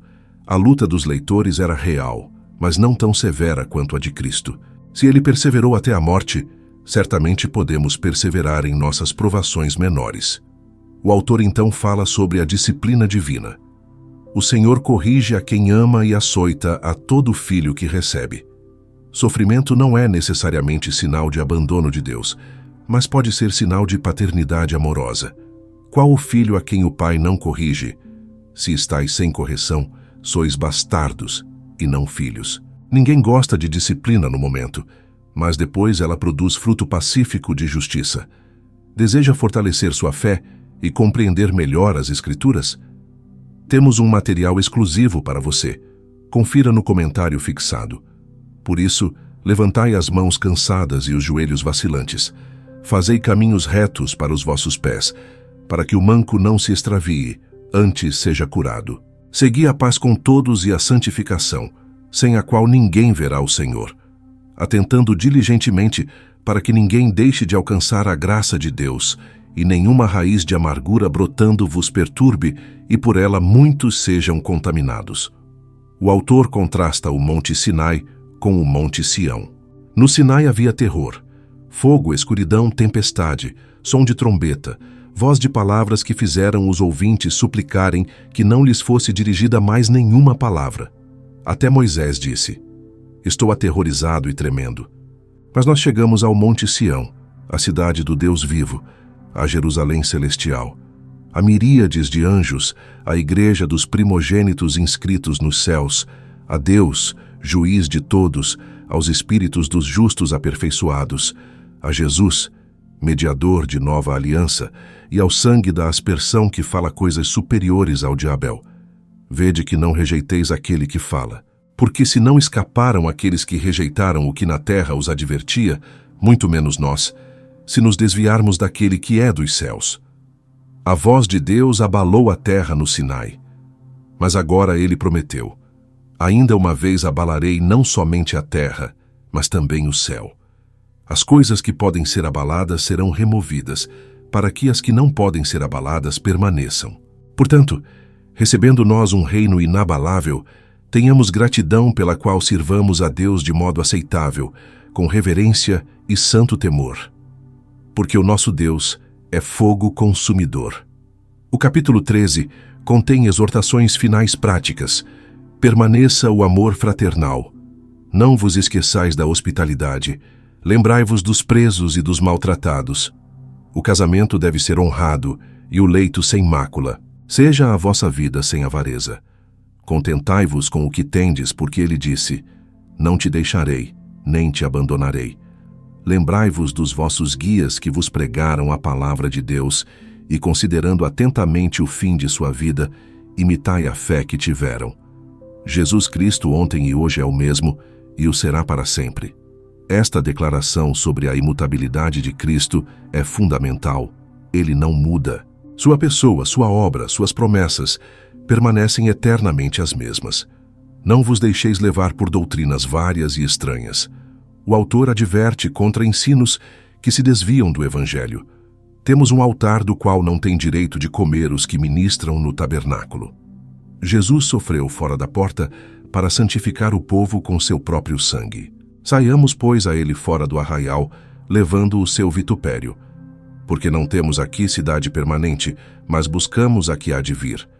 Por meio de Jesus, ofereçamos sempre a Deus sacrifício de louvor, que é o fruto de lábios que confessam o seu nome.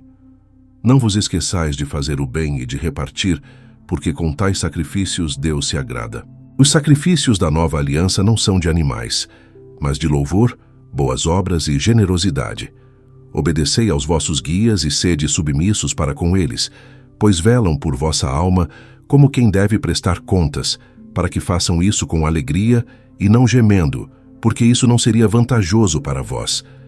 A liderança espiritual é um dom de Deus que deve ser honrado. Os líderes prestarão contas a Deus pelo cuidado das almas sob sua responsabilidade. Se você tem sede de conhecer mais sobre Deus e sua palavra, preparamos algo especial para você. Acesse no primeiro comentário fixado. Como Jesus é revelado nesta carta, de maneiras incomparavelmente ricas. Jesus é apresentado como a revelação final de Deus. Nestes últimos dias, Deus nos falou pelo Filho. Toda a revelação anterior era parcial e preparatória. Em Jesus, temos a palavra definitiva de Deus. Jesus é o resplendor da glória de Deus e a expressão exata do seu ser. Ele é a radiância que emana da glória divina, não um reflexo, mas a própria luz.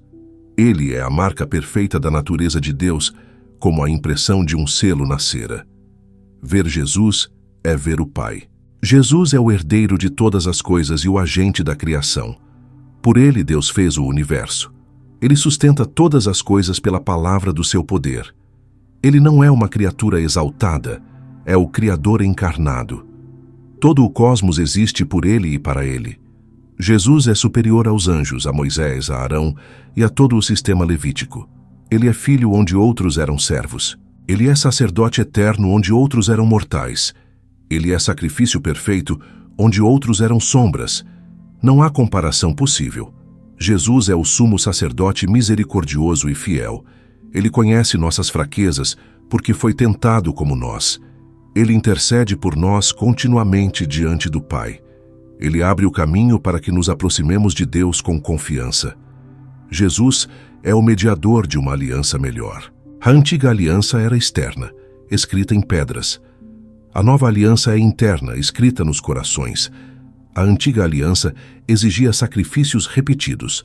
A nova aliança se baseia em um sacrifício único e definitivo.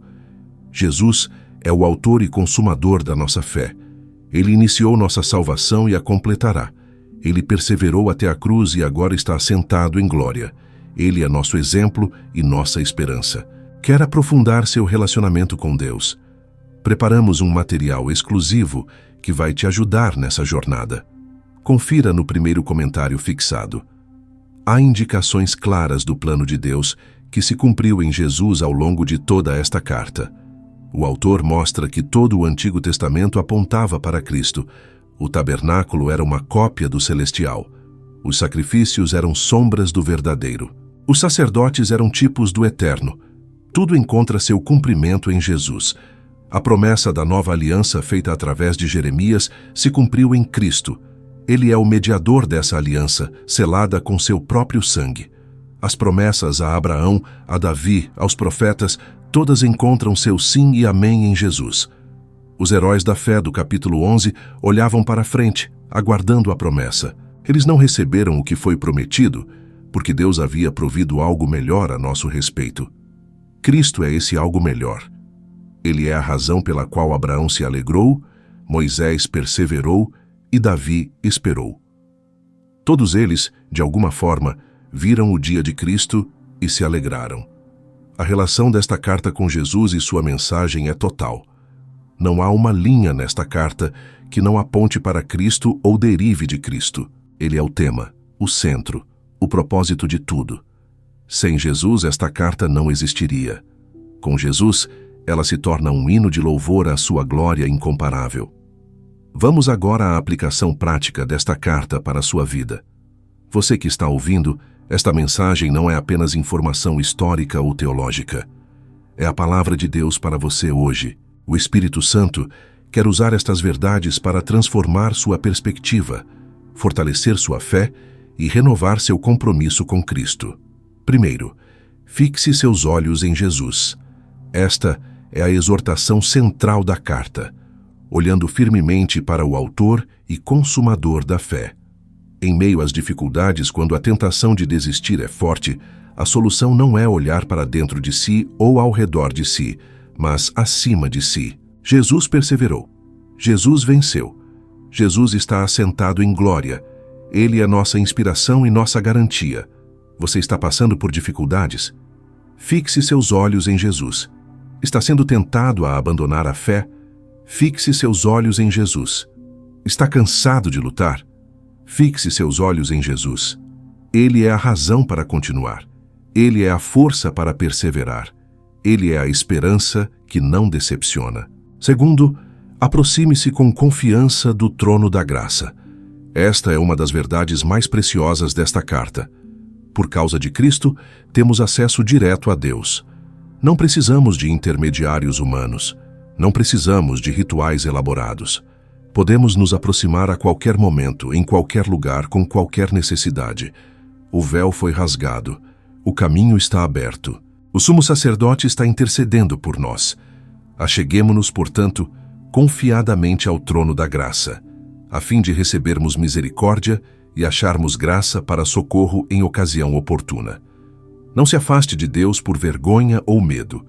Aproxime-se com confiança, porque Cristo preparou o caminho. Terceiro, persevere até o fim. A carta aos Hebreus foi escrita para pessoas que estavam tentadas a desistir. As advertências repetidas mostram a seriedade do assunto. Não podemos tratar a salvação com leviandade. Precisamos guardar firme a confissão da esperança sem vacilar. A vida cristã é uma maratona. Haverá momentos de cansaço, desânimo, dúvida. Haverá perseguição, pressão social, tentação. Mas a promessa é para os que perseveram. O justo viverá pela fé, e se retroceder nele não se compraz a minha alma.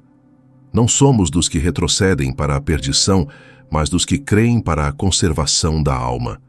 Quarto, valorize a comunidade de fé.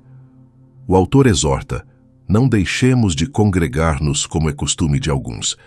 A vida cristã não é projeto individual. Precisamos uns dos outros para encorajamento, correção, crescimento. Consideremo-nos uns aos outros para nos estimularmos ao amor e às boas obras. Se você se afastou da comunhão com outros cristãos, volte. Se você tem negligenciado a igreja, arrependa-se.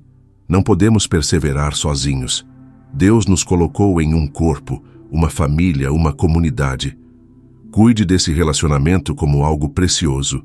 Quinto, viva pela fé. O capítulo 11 nos mostra o que significa viver pela fé. É ter certeza das coisas que se esperam e convicção do que não se vê. É confiar nas promessas de Deus, mesmo quando as circunstâncias parecem contradizê-las. É obedecer mesmo quando não entendemos completamente. É perseverar mesmo quando o caminho é difícil. Os heróis da fé não eram pessoas extraordinárias por natureza. Eram pessoas comuns que serviram a um Deus extraordinário. Abraão mentiu. Moisés teve medo. Davi pecou gravemente. Mas eles se levantaram, confiaram em Deus e continuaram caminhando. Você pode fazer o mesmo. Agora, preciso falar diretamente ao seu coração sobre a decisão mais importante da sua vida. A carta aos Hebreus apresenta advertências solenes para aqueles que negligenciam a salvação. Como escaparemos nós se negligenciarmos tão grande salvação? Esta é uma pergunta que exige resposta. Se você ouviu esta mensagem e ainda não entregou sua vida a Cristo, hoje é o dia da decisão. Você ouviu sobre a grandeza de Jesus, sua superioridade sobre tudo e todos, seu sacrifício perfeito por você. Que desculpa você pode ter para rejeitar tão grande Salvador? O arrependimento é necessário. Reconheça que você tem vivido sem Deus, seguindo seus próprios caminhos, confiando em si mesmo. Mude de direção. Volte-se para Cristo. Ele promete não rejeitar quem vem a Ele. A fé é o único meio de salvação. Não suas obras, não sua religiosidade, não sua moralidade. Apenas fé no sangue de Cristo derramado por você. Creia que Ele morreu em seu lugar, carregando os seus pecados. Creia que Ele ressuscitou para sua justificação. Creia que Ele vive para interceder por você. O batismo é a confissão pública dessa fé. Se você creu em Cristo, deve ser batizado como demonstração de sua identificação com Ele em sua morte e ressurreição. Não adie esse passo de obediência. Procure uma igreja fiel e peça para ser batizado. A perseverança é a marca dos verdadeiros salvos. Não somos salvos por perseverarmos, mas os salvos perseverarão. Se você verdadeiramente nasceu de novo, você continuará na fé até o fim. Deus o guardará pelo seu poder mediante a fé. Quero encerrar com um convite. Se esta mensagem impactou seu coração, compartilhe com outros. Alguém que você conhece pode estar desanimado na fé, pensando em desistir. A mensagem de Hebreus pode ser exatamente o que essa pessoa precisa ouvir. Deixe seu comentário abaixo. Conte-nos qual verdade desta carta mais tocou seu coração. O sacerdócio eterno de Cristo, a galeria dos heróis da fé, o convite para se aproximar do trono da graça. Seu testemunho pode encorajar outros peregrinos na mesma jornada. Se você está cansado e desanimado, lembre-se, Jesus, o autor e consumador da fé, está torcendo por você. A nuvem de testemunhas está assistindo. O prêmio está à frente. Não desista. Corra com perseverança a carreira proposta.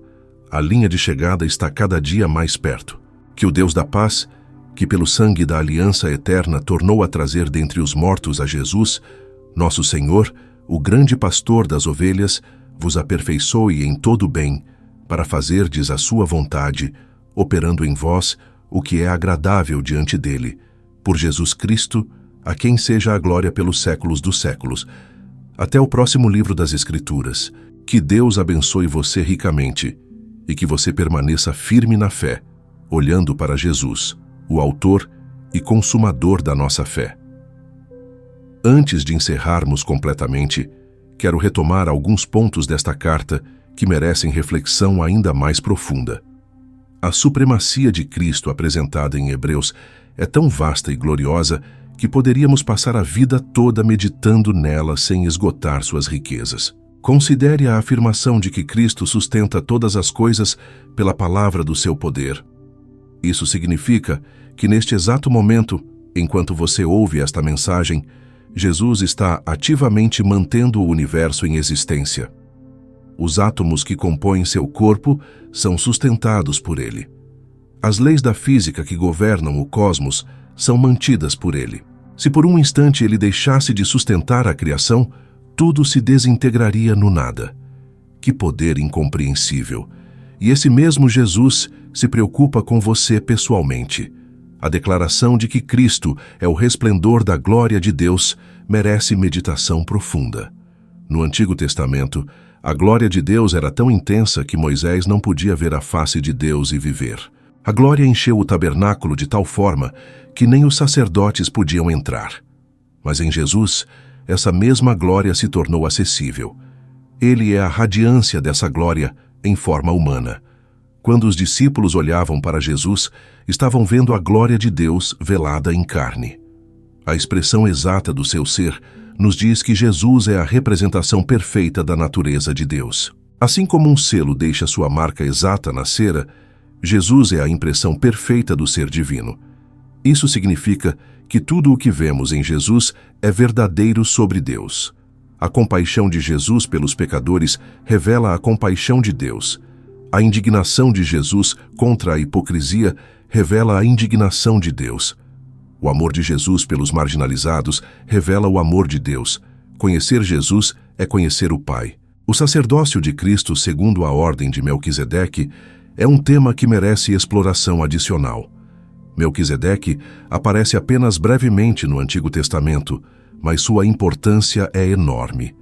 Ele é rei de Salém, que significa paz, e seu nome significa Rei de Justiça.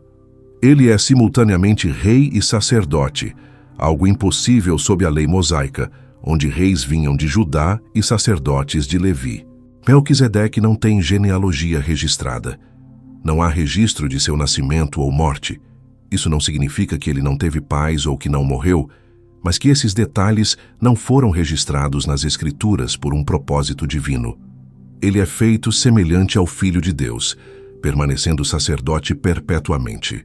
Este silêncio proposital das Escrituras aponta para a eternidade do sacerdócio de Cristo. Cristo é sacerdote para sempre. Os sacerdotes levíticos morriam e precisavam ser substituídos.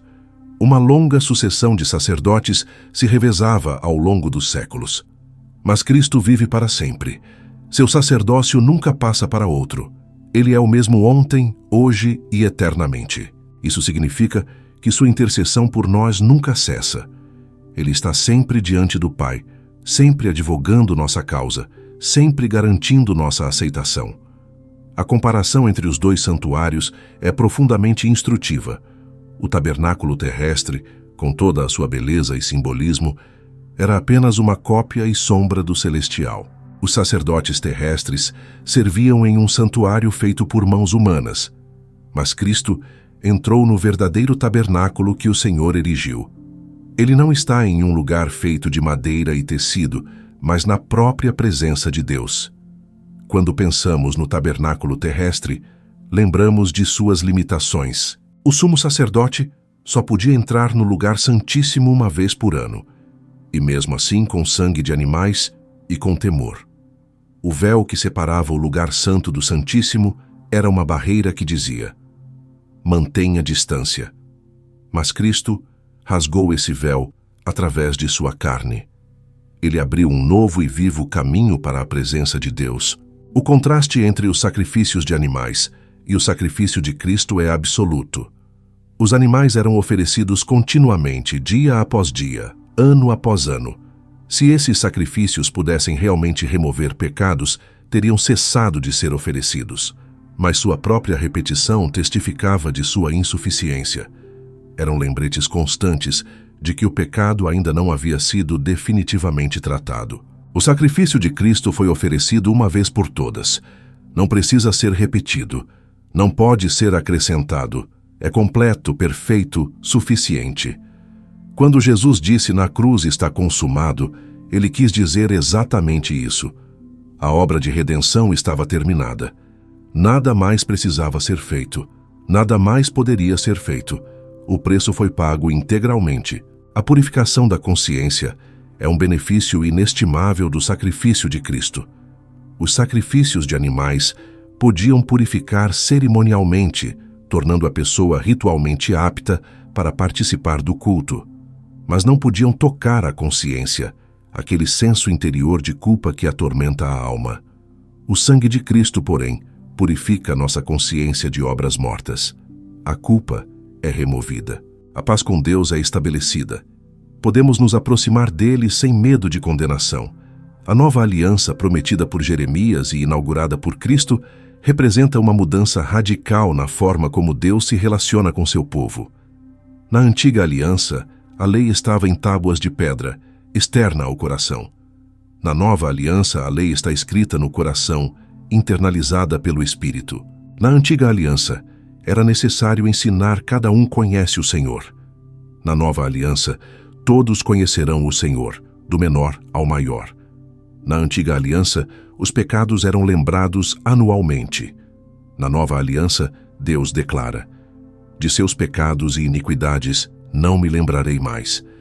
A Galeria dos Heróis da Fé, no capítulo 11, nos ensina lições preciosas sobre a natureza da fé verdadeira. Observe que a fé não é crença cega ou sentimentalismo religioso. A fé tem objeto, as promessas de Deus. A fé tem conteúdo, a revelação divina. A fé tem consequências, obediência e perseverança. Abel ofereceu um sacrifício melhor que Caim pela fé. Enoque foi trasladado para não ver a morte, porque havia agradado a Deus pela fé.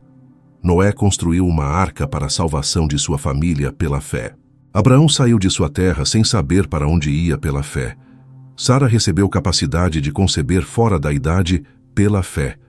Todos esses exemplos mostram que a fé se expressa em ação. Não é passiva, mas ativa. Não é teórica, mas prática. Os heróis da fé não eram pessoas que nunca duvidaram ou falharam. Abraão mentiu sobre Sara ser sua esposa. Moisés recusou inicialmente a chamada de Deus. Davi cometeu adultério e assassinato. Mas todos eles, apesar de suas falhas, continuaram confiando em Deus. Eles se levantaram de suas quedas, se arrependeram de seus pecados e prosseguiram na jornada da fé. A declaração de que eles não obtiveram a promessa é intrigante. Eles receberam muitas bênçãos de Deus, mas não viram o cumprimento final das promessas messiânicas. Eles olhavam para frente, aguardando a cidade que tem fundamentos, cujo arquiteto e edificador é Deus. Eles morreram na fé sem terem recebido as promessas, mas de longe as viram e saudaram. Isso nos ensina que a fé pode esperar. Nem todas as promessas de Deus se cumprem imediatamente. Algumas levam anos, décadas, séculos, milênios. Mas Deus é fiel. O que Ele prometeu, Ele cumprirá. Os heróis da fé nos ensinam a ter visão de longo prazo, a confiar mesmo quando não vemos, a perseverar mesmo quando o cumprimento parece distante. A imagem da corrida no capítulo 12 é poderosa. A vida cristã é comparada a uma maratona, não a uma corrida de velocidade. Precisamos de resistência, não apenas de explosão inicial. Muitos começam bem na fé, mas poucos terminam bem. A exortação é para correr com perseverança, não desistindo no meio do caminho. Os pesos que devemos deixar de lado não são necessariamente pecados. São coisas que nos retardam, distrações legítimas que consomem nossa energia e foco. Um corredor não carrega bagagem desnecessária. Da mesma forma, precisamos avaliar o que está nos impedindo de correr bem e ter coragem de deixar para trás. O pecado que tenazmente nos assedia é aquele pecado específico que cada um de nós enfrenta repetidamente. Para alguns, é a ira. Para outros, a luxúria. Para outros ainda, o orgulho ou a avareza. Precisamos identificar esse pecado e tratá-lo com seriedade.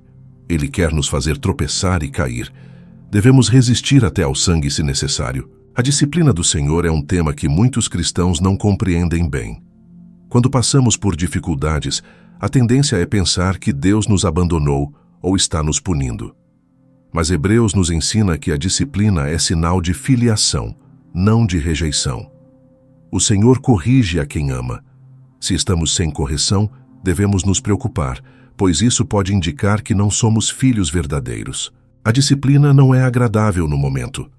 Toda disciplina, com efeito, no momento não parece ser motivo de alegria, mas de tristeza. Depois, entretanto, produz fruto pacífico de justiça. Precisamos ter visão além do momento presente. O sofrimento atual está produzindo algo valioso em nós. Deus está nos moldando, nos refinando, nos conformando à imagem de Cristo. O contraste entre o Monte Sinai e o Monte Sião resume a diferença entre as duas alianças. No Sinai havia terror, distância, medo. A montanha tremia, fogo consumia, até os animais que tocassem a montanha deviam ser mortos. Era uma demonstração impressionante da santidade de Deus e da incapacidade humana de se aproximar dele por mérito próprio. Mas no Sião, a festa, comunhão, alegria. Chegamos à cidade do Deus vivo, a Jerusalém celestial. Estamos rodeados de miríades de anjos em jubilosa reunião. Fazemos parte da assembleia dos primogênitos arrolados nos céus. Nos aproximamos de Deus, o juiz de todos, não com medo, mas com confiança. Nos unimos aos espíritos dos justos aperfeiçoados. E tudo isso por causa de Jesus, mediador da nova aliança, cujo sangue fala coisas superiores ao de Abel. O sangue de Abel clamava por vingança. O sangue de Cristo clama por perdão. O sangue de Abel acusava. O sangue de Cristo absolve. Que contraste glorioso! Quando Deus olha para nós, Ele vê o sangue de seu Filho. Esse sangue fala mais alto que nossos pecados. Esse sangue garante nossa aceitação. A exortação final para servir a Deus com reverência e santo temor nos lembra que, embora tenhamos ousadia para nos aproximar, não devemos perder o senso da majestade de Deus. Nosso Deus é fogo consumidor. Ele não é um avô celestial indulgente que tolera qualquer comportamento. Ele é santo, justo e deve ser adorado com o respeito que merece. A declaração de que Jesus Cristo é o mesmo ontem, hoje e eternamente é um âncora para a nossa fé. Em um mundo de mudanças constantes, onde tudo é incerto e instável, temos uma rocha inabalável. Cristo não muda, suas promessas não falham, seu amor não diminui, sua graça não se esgota. Podemos confiar nele completamente porque ele é eternamente fiel. Que estas verdades penetrem profundamente em seu coração. Que a visão de Cristo apresentada em Hebreus transforme sua adoração, sua confiança, sua perseverança. Que você nunca mais olhe para Jesus da mesma forma depois de ter ouvido esta carta. Ele é incomparavelmente maior do que qualquer coisa que possamos imaginar, e ele é nosso, e nós somos dele, para sempre. A graça seja com todos vós. Esta é a bênção final simples, mas profunda. A graça de Deus é tudo o que precisamos. Ela nos salvou, nos sustenta, nos levará até o fim. Descanse nessa graça, viva por essa graça, glorifique a Deus por essa graça. Até o próximo livro das Escrituras. Que o Deus da paz o abençoe abundantemente.